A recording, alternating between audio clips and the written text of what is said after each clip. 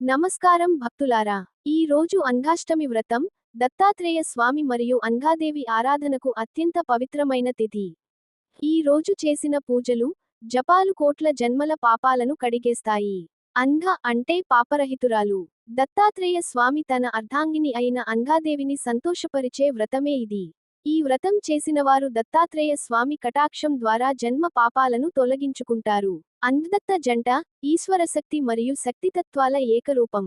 వారిని ఆరాధించడం అంటే శివ, విష్ణు, బ్రహ్మ త్రిమూర్తులనే స్తుతించడం వంటిది. కర్దమసంభవుడు, కర్తవీర్యార్జునుడు వంటి మహానుభావులు వీరి కటాక్షంతో మహాశక్తులు పొందారు. ఉదయం స్నానం చేసి శుభ్రమైన ప్రదేశంలో దత్తాత్రేయ స్వామి మరియు అంగాదేవి ఫోటో పెట్టాలి. దీపం వెలిగించి పుష్పాలు, నైవేద్యం సమర్పించాలి. పూజ సమయంలో ఈ మంత్రం జపించాలి. ఓం ద్రాం దత్తాయ నమః లేదా దత్తాత్రేయ శరణం మమ.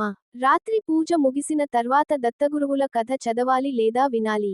అంగాష్టమి వ్రతం చేసిన వారికి పాప విమోచనం, మనశ్శాంతి, కుటుంబ ఐక్యత, ఆర్థిక అభివృద్ధి లభిస్తాయి. ఈ రోజు భక్తితో దత్తాత్రేయుని స్మరించండి. ఆయన శక్తి మీ జీవితాన్ని ప్రకాశింపజేస్తుంది.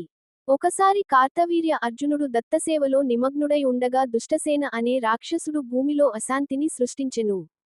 దత్తాత్రేయ స్వామి కృపతో అర్జునుడు ఆ రాక్షసుని సంహరించెను. తరువాత స్వామి అన్నాడు, ఈ విజయమునకు కారణం నాలో భక్తి మరియు అంగాదేవి అనుగ్రహం.